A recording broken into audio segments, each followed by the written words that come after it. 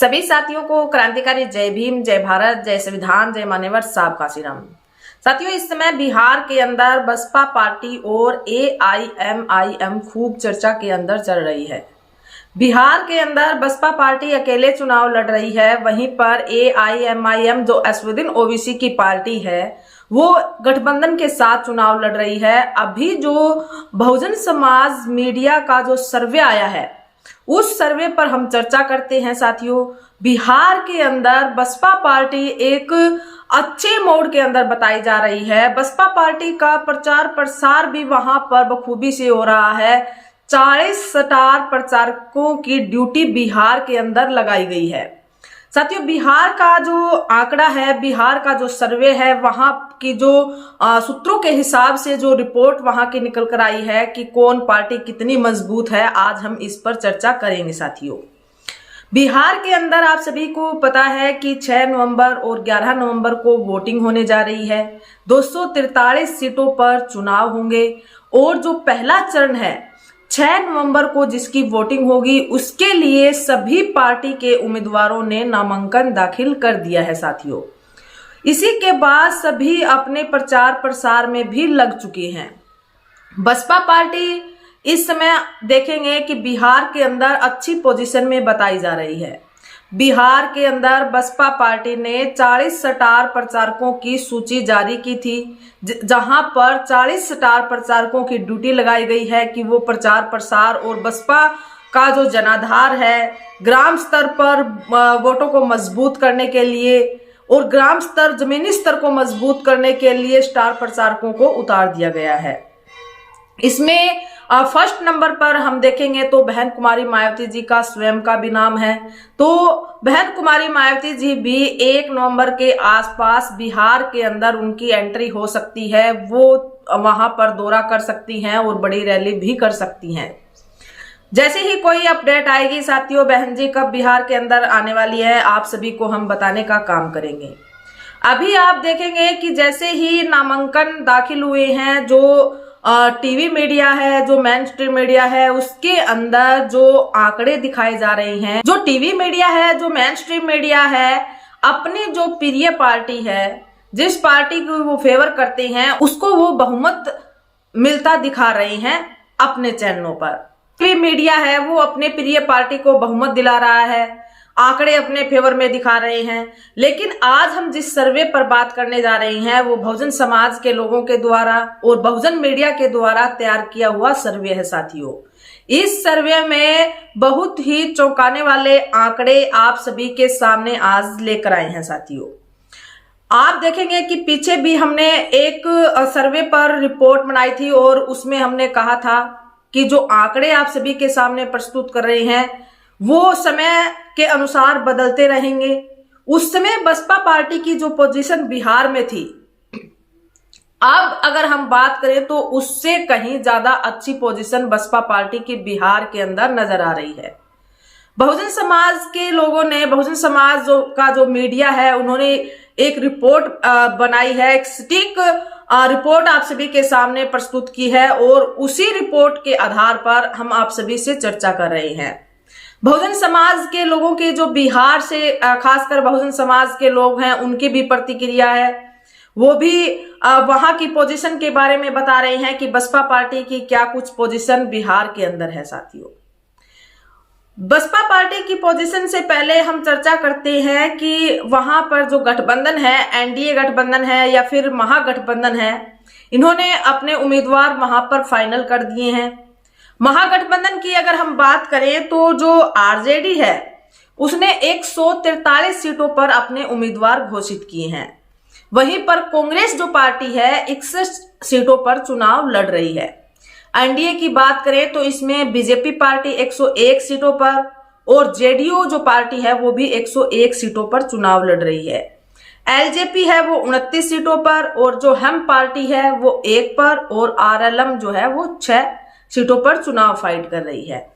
तीसरा जो मोर्चा चंद्रशेखर आजाद जी, स्वामी प्रसाद मौर्य जी, असदुद्दीन ओवैसी की जो तीसरा मोर्चा वहां पर बना, तीसरा जो विकल्प वहां पर बना, वो 100 सीटों पर चुनाव लड़ रहा है। उसकी ऑलरेडी हमारे चैनल पर वीडियो अवेलेबल है, कहां से कौन प्रत्याशी है। और वहीं पर बसपा पार्टी है, बसपा पार्टी अकेले चुनाव लड़ रही है, किसी के साथ कोई गठबंधन नहीं है साथियों। अब AIMI जो पार्टी है असदुद्दीन ओवैसी की, उस पार्टी का जो सर्वे था, कल परसों का जो आंकड़ा बताया जा रहा था कि असदुद्दीन ओवैसी की जो पार्टी है 5 से 6 सीटें असदुद्दीन ओवैसी की पार्टी हासिल करेगी। इस समय बिहार के अंदर जो चर्चा में चल रहा है वो असदुद्दीन ओवैसी की पार्टी AIMIM और बसपा पार्टी इस समय खूब चर्चा के अंदर चल रही है, और दोनों ही पार्टियों की अच्छी पोजीशन बिहार के अंदर बताई जा रही है। जैसा कि बहुजन समाज जो मीडिया है उनके मार्फत बताया गया, उन्होंने जो रिपोर्ट तैयार की, उन्होंने वहां का जो सर्वे और जो अनुमान के आधार पर, साथियों ये जो आंकड़े हम बता रहे हैं ये अनुमान के आधार पर बता रहे हैं, रिजल्ट इससे कुछ अलग भी हो सकता है, उससे अच्छा भी हो सकता है, क्योंकि चुनाव के दौरान समीकरण चेंज होते रहते हैं, घंटों के हिसाब से, दिन के हिसाब से, पल भर में समीकरण चेंज होते हैं राजनीति के अंदर। इसलिए प्रेजेंट के अंदर जो समीकरण बन रहे हैं और सूत्रों के हिसाब से जो रिपोर्ट आ रही है उसके हिसाब से असदुद्दीन ओवैसी की जो पार्टी है वो 10 सीटों पर बताई जा रही है साथियों। 10 सीटों पर असदुद्दीन ओवैसी की पार्टी बताई जा रही है, जहां पर मुस्लिम बहुलक इलाका जो है, जहां पर अल्पसंख्यक समुदाय की जनसंख्या ज्यादा है, वहां पर असदुद्दीन ओवैसी का नाम सुर्खियों के अंदर है। वहां पर असदुद्दीन ओवैसी जी का नाम फर्स्ट नंबर पर आ रहा है साथियों।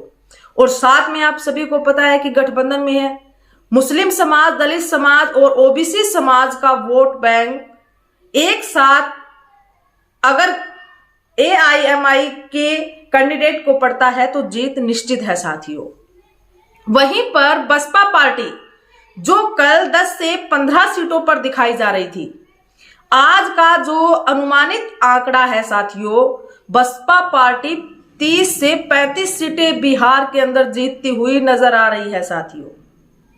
ये अनुमानित आंकड़ा है, बहुजन समाज मीडिया का तैयार किया हुआ आंकड़ा है। बहुजन समाज के लोगों की जो प्रतिक्रियाएं आई हैं, बहुजन समाज के लोगों के आधार पर, जो बिहार से जुड़े हुए साथी हैं उनके आधार पर बहुजन समाज पार्टी बिहार के अंदर 30 से 35 सीटें हासिल कर रही है। बसपा पार्टी 30 से 35 सीटें हासिल करने के पीछे कई मुख्य कारण भी हैं। फर्स्ट ऑफ ऑल, सभी पार्टियां गठबंधन की ओर भाग रही हैं, NDA गठबंधन की ओर, दूसरा जो महागठबंधन है, तीसरा चंद्रशेखर जी की जो पार्टी है वो गठबंधन में है। वहीं पर बसपा पार्टी अकेले चुनाव में लड़ रही है, और जो विचारधारा के साथ जुड़ी हुई जो पार्टी है, जो कैडर के साथ जुड़ी हुई पार्टी है वो बसपा पार्टी है, बहुजन समाज पार्टी है। इसलिए विचारधारा के आधार पर बसपा पार्टी बिहार के अंदर मजबूत दिखाई दे रही है। वहीं पर जहां जहां पर NDA और महागठबंधन के प्रत्याशी नहीं उतारे जा रहे हैं, जहां पर बीजेपी पार्टी और जो RJD है उसके प्रत्याशी जहां पर नहीं उतारे जा रहे हैं, जहां पर RJD और बीजेपी पार्टी के प्रत्याशी नहीं उतारे जा रहे हैं, वहां पर बसपा पार्टी की अच्छी पोजीशन बताई जा रही है। वहां पर जो तीसरा विकल्प उभर कर आया है वो बसपा पार्टी का आया है साथियों। उन क्षेत्रों में बसपा पार्टी मजबूत दिखाई जा रही है। इसलिए बसपा पार्टी 30 से 35 सीटें इस समय बिहार के अंदर जीतती हुई नजर आ रही है। काफी लोग ये आंकड़ा बढ़ा हुआ भी दिखा रहे हैं, कुछ लोग कम भी दिखा रहे हैं, 10-15 तक बता रहे हैं, तो काफी लोग ये भी बता रहे हैं कि बसपा का जो 35 का आंकड़ा है वो ऊपर भी जा सकता है, 50 तक जा सकता है। साथ में ये प्रतिक्रियाएं भी दे रही हैं कि बसपा पार्टी इस समय किंग मेकर बनाने का काम करेगी। बसपा के बगैर किसी की भी सरकार बिहार के अंदर नहीं बनेगी। पीछे के जो सर्वे में हमने जिक्र किया, कांग्रेस पार्टी हो या फिर जो महागठबंधन या फिर NDA जो गठबंधन है, उनको 80 से 70 सीटें, 100 लगभग 100 मैक्सिमम सीटें और बिहार के अंदर बहुमत के लिए 122 सीटें चाहिए, 243 सीटें वहां पर हैं टोटल। अब 122 सीटें बहुमत के लिए बसपा पार्टी अगर 30 से 35 सीटें हासिल करती है तो फिर किसी भी को वहां पर सरकार बनाने के लिए बीएसपी पार्टी का सहारा लेना ही लेना होगा साथियों। चंद्रशेखर आजाद जी की भी पोजीशन बताई जा रही है कि वहां पर 1 से 2 सीटें चंद्रशेखर एएसपी पार्टी निकाल सकती है। असदुद्दीन ओबीसी की पार्टी बहुमत जो दिखाई जा रही है वो 10 सीटें दिखाई जा रही है। इस समय बहुजन समाज के लोग ये प्रतिक्रियाएं भी दे रही हैं कि अगर जो गठबंधन है, जो ग्रांड डेमोक्रेट अलायंस जो गठबंधन बना है चंद्रशेखर आजाद जी, स्वामी प्रसाद मौर्य जी, असदुद्दीन ओबीसी जी का, उसके साथ अगर बसपा पार्टी आ जाती तो शायद बिहार के रिजल्ट कुछ और होते।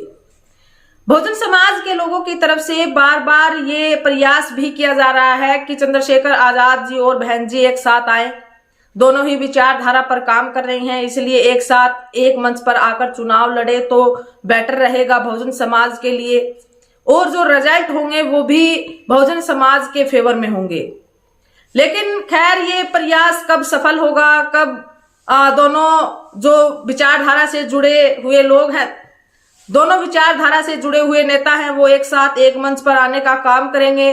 बहुजन समाज के लोग बार बार ये प्रयास कर रहे हैं कि एक साथ एक मंच पर आए। साथ में अगर हम बात करें तो दूसरी तरफ ये भी कहा जा रहा है कि बसपा पार्टी की अगर 3-4 रैलियां बिहार के अंदर होती है तो एक अच्छा मैसेज भी जाएगा और साथ में बहुजन समाज के लोग ज्यादा अधिक प्रभावित होंगे। इससे जो वोटिंग होगी उसमें अच्छा बेनिफिट हमें देखने को मिल सकता है। ये तमाम प्रतिक्रियाएं बहुजन समाज के लोगों की तरफ से आ रही हैं साथियों। अगर आप भी बिहार के किसी क्षेत्र से जुड़े हैं जहां जहां आप सभी को हमारा ये अनुमानित आंकड़ा पहुंच रहा है तो साथियों आप अपनी राय अवश्य दें, कमेंट सेक्शन बॉक्स में जरूर लिखें। और आप क्या सोचते हैं बिहार के अंदर बसपा पार्टी किस पोजीशन में रहने वाली है और बसपा पार्टी की क्या भूमिका बिहार के अंदर रहने वाली है। आप सभी अपनी प्रतिक्रियाएं जरूर दें, कमेंट सेक्शन बॉक्स में जरूर लिखें। वीडियो को ज्यादा से ज्यादा शेयर कीजिए और चैनल को सब्सक्राइब कीजिए। धन्यवाद।